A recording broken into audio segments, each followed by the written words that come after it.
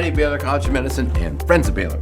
Well, my sister's at it again. She said, Paul, when are you going to do another Q&A? So Janet, just for you.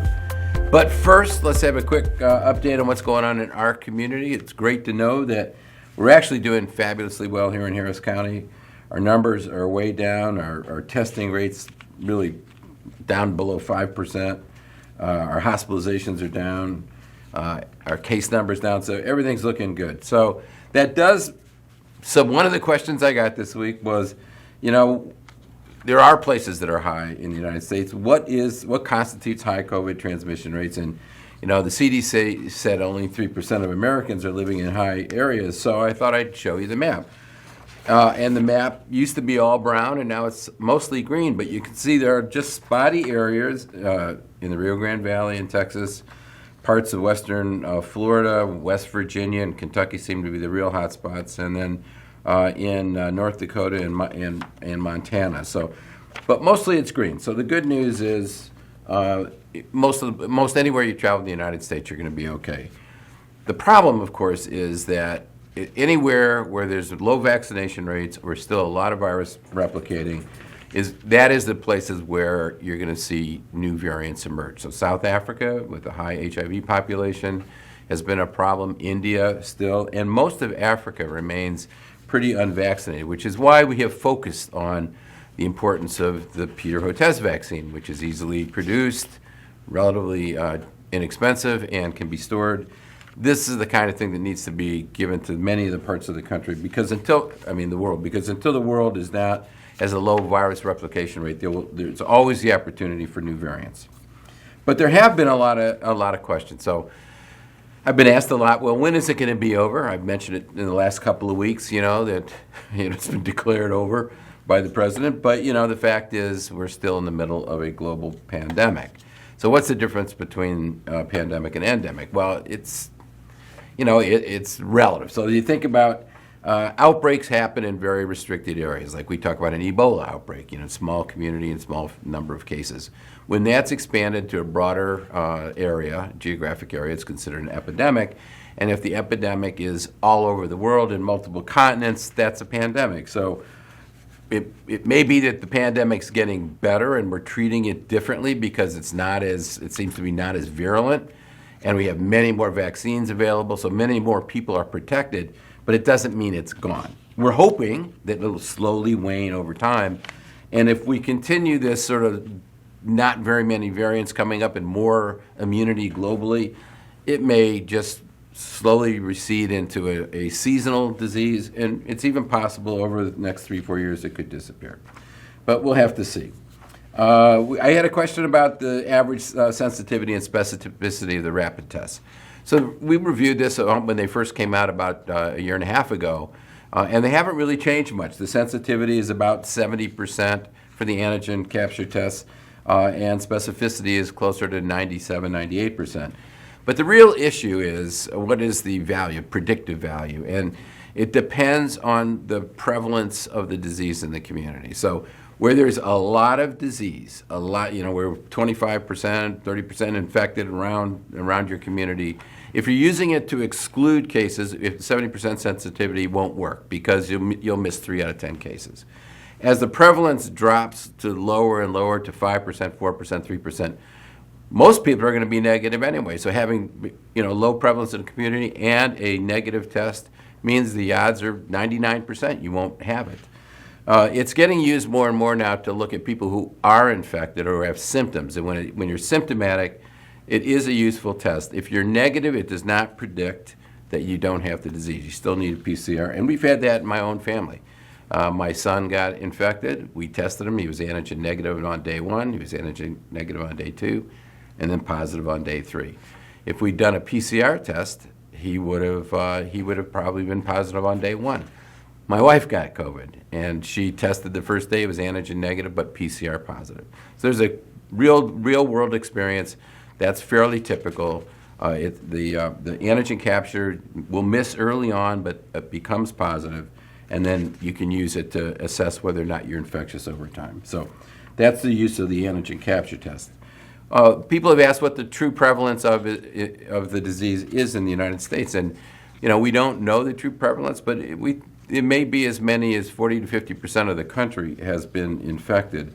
Where there have been studies of prevalence, large population studies, early, maybe a year ago, they were around 35%, 34%. But a giant study hasn't been done yet, but my guess is at least half the country has been infected, and maybe even more. I had a question about someone who had a family member in the nursing home and said, has CDC dropped the requirements for masks in nursing homes? And they have lowered it. What they've suggested is that people look at the disease prevalence in the community. If it's high, continue to wear masks. But if it's low, then you're probably okay. So they've left it up to the community prevalence. And so you really should follow the CDC prevalence numbers. And I would assume the nursing home or the hospital you're in will be following those data and will tell you and have policies that reflect appropriate mask wearing.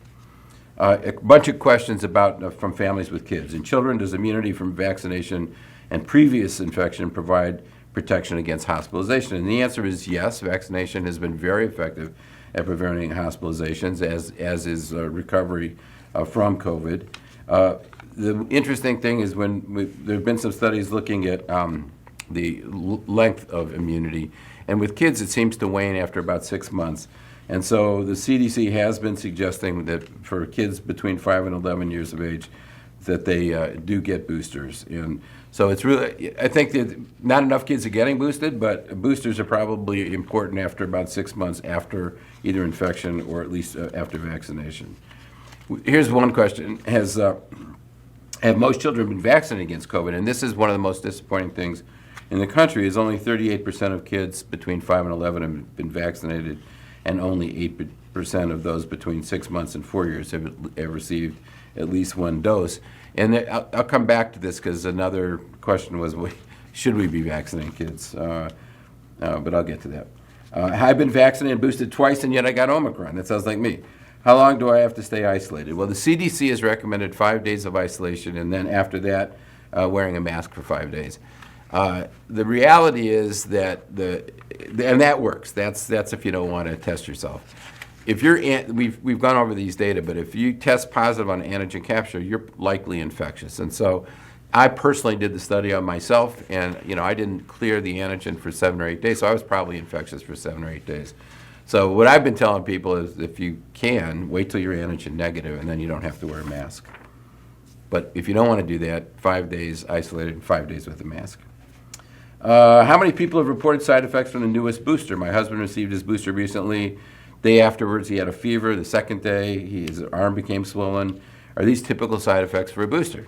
They absolutely are. Those are classic responses to a vaccine. I got my flu vaccination. I got a swollen arm. In some ways, that's good. It means you're having an immune response. So, and it's okay to take a little Advil or Aleve or something like that, or Tylenol for a day. If you were infected this summer in August, do you have some immunity against the new 4.6 variant or any other variant? I got my 4th shot in July. In August, I'm not eligible for the booster. What research is there about that?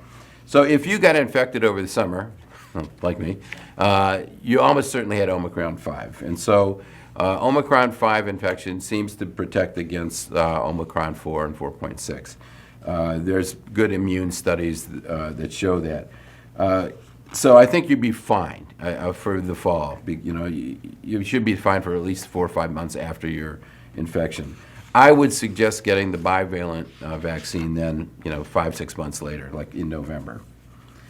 I've taken the initial 2-dose vaccination plus the booster and took the bivalent vaccine 2 weeks ago.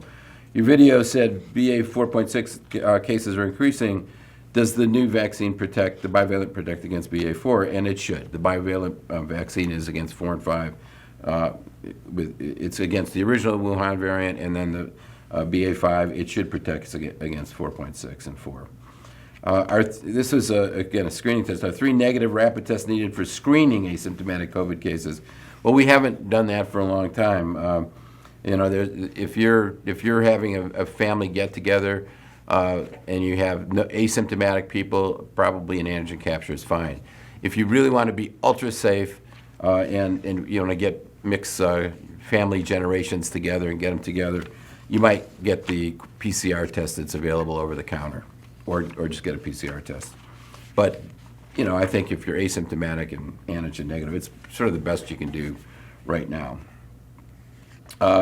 What is the evidence concerning those who have a BA5 infection, and how likely are they to be reinfected with 5? Well, we don't know that yet. I mean, 5 has been around. We haven't been long enough to know how long it takes for people to get reinfected with the same strain. It'd be interesting information, but we don't know. So hopefully the immunity lasts longer than it has been. I mean, if you were infected with BA5, I would hope that your immune response will last at least 6 months. But it's one thing we'll just have to see. This is a real world problem. I had a series of 2 Sinopharm, that's the one in China, and then 2 Pfizer, then a booster of Pfizer in 2022. Should I get a bivalent now? Well, actually, there's nothing to recommend what you've had. But I'd say the Sinopharm vaccine was not very effective relative to the others. So I would assume that you've had a primary vaccination course with the 2 Pfizer and then 1 booster. And then I would get the bivalent 2 to 3 months after the last booster shot. Here's one. For those of us immunocompromised to a modest degree in senior status with medical risks, and having received a second booster in January, is it fair to assume that such a person receives a bivalent booster too? And I think that's a good question, but the answer is yes. I mean, last time you got your booster shot was January, so it's now 9 months later. I would go ahead and get the bivalent booster. This is one. I've been puzzled over the side effects of the COVID vaccines with flu-like symptoms and headache starting 24 hours after I got my injection. I've never reacted to any vaccination. Why is this one different? We don't really know why this one is different. It is essentially different from any other vaccines we've had in that it's a nucleic acid vaccine, and there are other immune responses, sort of innate immune responses to nucleic acids. And so it may be that the reason you're responding to this vaccine differently is because the other ones were protein-based and this is a nucleic acid-based vaccine. And maybe you won't have the same response to a protein vaccine. And so, think about Novavax coming out in the future, or it's out now, but you might want to think about in the future getting a protein-based vaccine like Novavax. I had one question on Bcg vaccine. We reviewed that a couple years ago. It's good for TB. It's not. It just boosts immune response in general, but it's not specific for COVID. And then this is another one that was interesting. My wife and I look forward to weekly updates. Thank you. We had a small debate the other day about our COVID vaccines, though I hope you can help. I got my bivalent booster a few weeks ago, and my wife is getting hers soon. We're flying to visit friends soon. And she said, would you be comfortable if relax the process of wearing masks on plane? She said she was not comfortable with taking her mask off on a plane. What do you do? And I think it's a good point. The vaccines do not prevent you from getting a sterilizing infection. In other words, you still can get an infection in your nose, in your upper airway. It does prevent you from getting serious ill, and it does cut down on the number of just upper airway infections as well, but not as much as you would like. So it doesn't completely prevent you from getting infected. It just really prevents serious illness. So if you don't want to be infected at all, wear a mask. There's been very little evidence for outbreaks in airplanes since the mask mandate because of the ventilation in airplanes. But when you're boarding, there's no ventilation, and when you're standing in the aisles, there's no ventilation. So I feel pretty comfortable. What I do now is wear a mask till I get on the plane. Once it's up flying, I will take my mask off, and relax, and then I'll put it back on when the plane lands, so that I'm protected from all the massive crowds and all that kind of stuff. But I'm one of the few people wearing masks these days. I noticed. And then I've got a bunch of questions about the flu season. The flu season's beginning. What's going on with the flu? So it's interesting. In the past, the flu season usually begins in October and November. We're seeing an increase in cases now in September. And so we're suggesting to everyone that they get their vaccine earlier than before. In the past, they've been trivalent. This year, it's going to be a quadrivalent vaccine, 2 strains of influenza A and 2 strains of influenza B. And unlike COVID, there's a lot of different vaccines available, including flu mist, which is one that is inhaled, but you have to be under the age of 50 to do that one. For people over the age of 65, there's a high-dose vaccine you should get because people over the age of 65 don't quite respond as well as younger folks.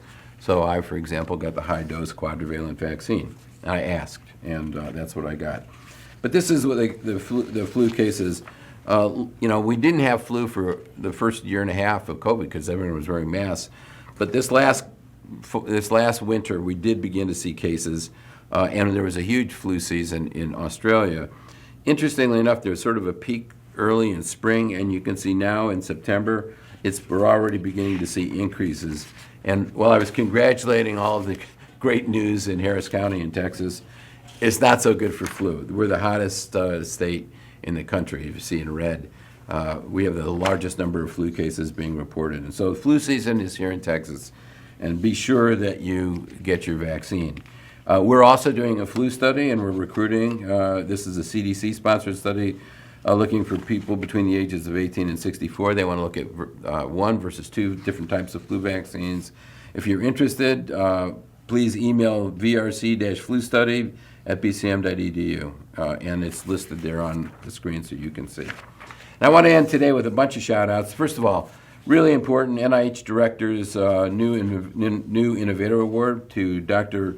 Rachel Ari, a Baylor Assistant Professor in Molecular and Cell Biology and Precision Environmental Health. She receives a $1.5 million grant to study the molecular mechanisms of learning and memory in nematodes.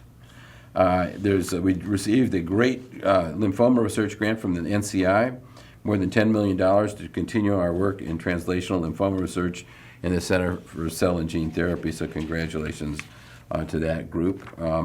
We also got a neurotrauma research award from Dr. Papa Giorgio, Assistant Professor of Psychiatry and Neuroscience, Integrating Perspectives in Neurotrauma Research Award from the Institute of Rehabilitation Research Foundation Mission Connect. That's very interesting. And of course, we're always following news in Dimmitt County. Congratulations to the Carrizo Springs Wildcats. Their team defeated the Crystal City Javelinas last week in a big rivalry game. We were really thrilled about that. We followed them every week, of course. And this is Ombuds Day coming up. And Lily heard about this. It's Thursday, and the Ombuds office is hosting an open house. Word on the street is that they're going to have coffee and donuts, and Lily's pretty sure that's the case. She's already ready for Ombuds Day and can't wait to go in and explain all of the problems she's having in her presidential office. And finally, and most importantly, I want to wish my sister a happy birthday. This is her birthday week, and I'm coming to New York City to cook her dinner. So have a great weekend, and I can't wait to see you next week.